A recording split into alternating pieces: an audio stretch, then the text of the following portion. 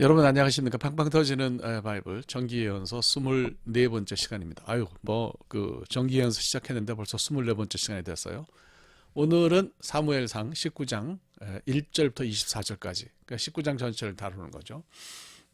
그래서 이제 사울과 다윗이 대면해 가지고 다윗이 그 핍박받는 그런 그 모습을 여러분과 함께 생각을 해보도록 하겠습니다. 제가 이제 몇 가지를 생각하는데, 우선 첫 번째로 본문을 보면서 생각한 것은, 야, 사람이라는 게 참 한결같기 어렵다. 한때는 뭐 이렇게 생각했다가 또 다른 때는 저렇게 생각하고, 사람이라고 하는 것의 그 시종요일하지 않은 모습, 그러니까 뭐 좀 편안하게 얘기하면 왔다리 갔다리 하는 모습, 그런 모습을 생각하는데, 사울이 상당히 그런 것 같다는 느낌이 듭니다. 그 폴 추르니에, 여러분들이 잘 아시는 폴 추르니에가 쓴 그 책 가운데 인간의 가면과 진실이라고 하는 제목으로 번역된 책이 있어요. 이게 불어에서 번역을 해서 그런지 모르겠는데, 아유, 번역이 정말 정확합니다. 이거 번역한 분 죄송합니다. 근데 뭐 느끼는 걸 그대로 얘기하는 거니까요.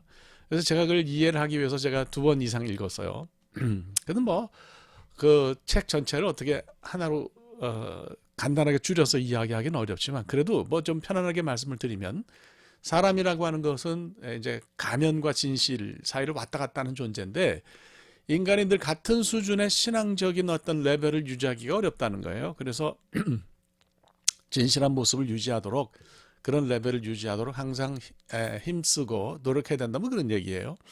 예컨대 이제 그 책에서 이런 얘기를 하죠. 사도 바울이 바나바와 싸우고 아주 심하게 싸웠다 그러잖아요. 심하게 다투고 신라와 함께 전도여행 간 것.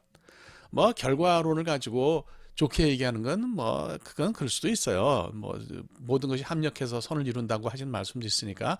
그러나 사도 바울이 바나바와 싸우고 신라랑 전도여행을 가버리고 마가 요한을 받아들이지 않은 것을 긍정적으로 객관적으로 좋게 해석할 이유는 없어요. 억지로 그렇게 안 해도 되는 거죠.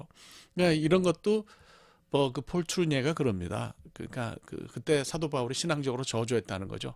이런 것들을 애써서 좋게 해석할 필요가 없고요. 굉장히 높은 수준을 뭐 물론 사도 바울의 일생을 전체적으로 평균을 내본다 그러면 그분을 따라갈 사람이 없을 정도로 훌륭하지만, 그분이 그런 모습 보인 거는 다 그런 이유가 있다, 이런 거죠. 또 엘리사가 자기 대머리를 놀리는 아이들을 저주한 것도 다 그렇다는 거예요. 그러니까 뭐 이거를 무슨 그 선지자나 뭐 성직자나 이런 사람들 놀리면 안 된다는 말로 전용해서 해석하는 거는, 그것도 이제 곤란하다고 보는 거죠. 자, 어쨌거나 뭐 사람이 그래요. 왔다 갔다 하는데 사울도 역시 왔다리 갔다리 한다, 이렇게 말씀을 드립니다. 1절을 보면 사울이 요나단과 신하들에게 다윗을 죽이라고 그래요. 그러니까 아유, 요나단이 마음이 아프잖아요. 다윗을 굉장히 사랑하는데, 그래서 6절에서 요나단이 사울에게 진언을 합니다. 그러니까 뭐 사울이 맹세까지 하면서 절대 다윗을 죽이지 않겠다고 해요. 그래서 이전처럼 다윗이 집으로 돌아가지 않고 도망가지 않고 사울 앞에서 수금을 타면서 그 신하로서 이제 살죠.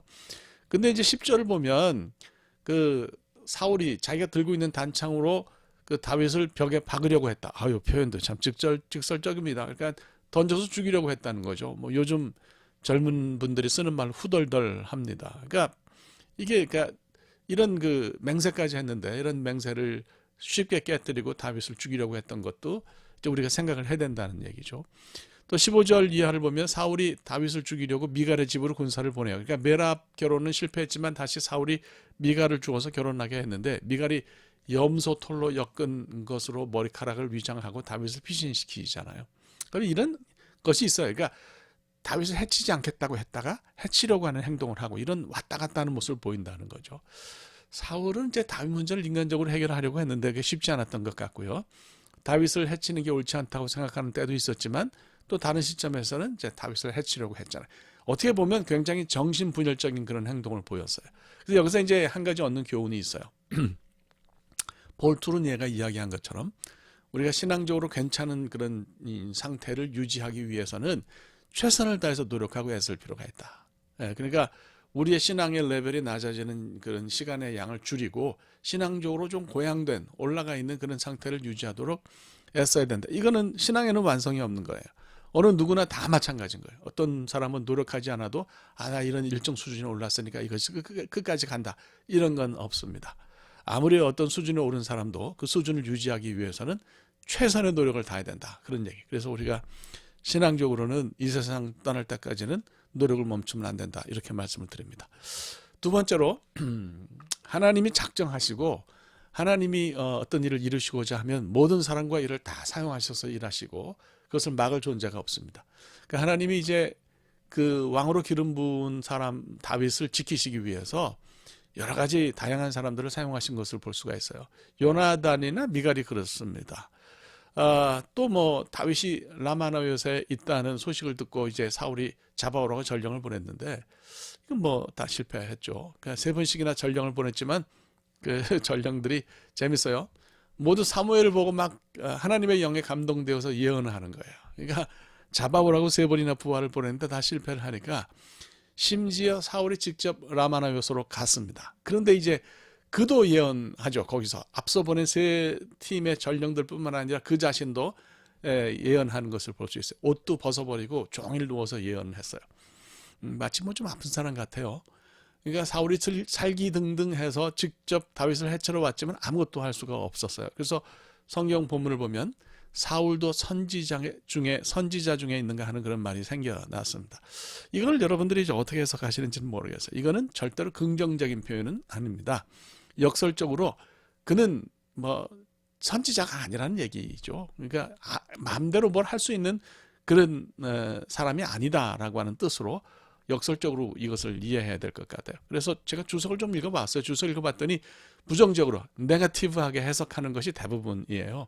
20년 전에 그 젊었을 때 한때는 하나님의 영에 감동되어서 긍정적인 모습으로 나타난 적이 있었지만은 이제는 뭐 예언을 해도 벌거벗고 누워서 추태나 부렸다고 하는 그런 얘기예요.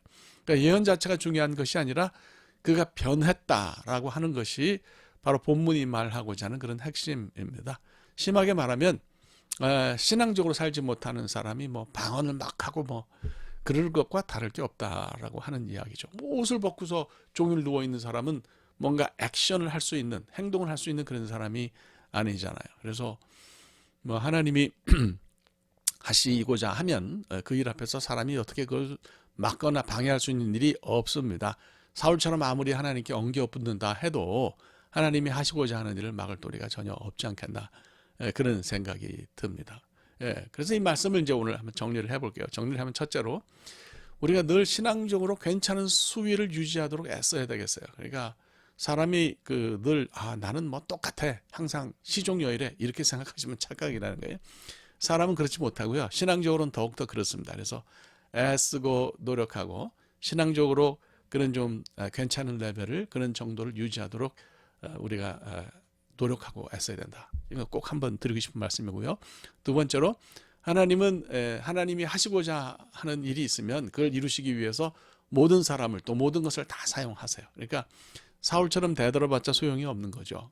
그가 전령도 보내고 뭐 했지만 안 되니까 직접 갔는데 그 자신도 옷을 다 벗고 종일 누워서 무력한 사람처럼 누워서 그 예언이나 했잖아요. 그러니까 이제 그런 모습인 거죠. 하나님이 한번 휙 하고 이게 휘감으시면 거기 휘말리면 뭐 사람이 어떻게 할 수 있는 일이 없다는 것을 우리가 좀 다 기억할 필요가 있을 것 같습니다.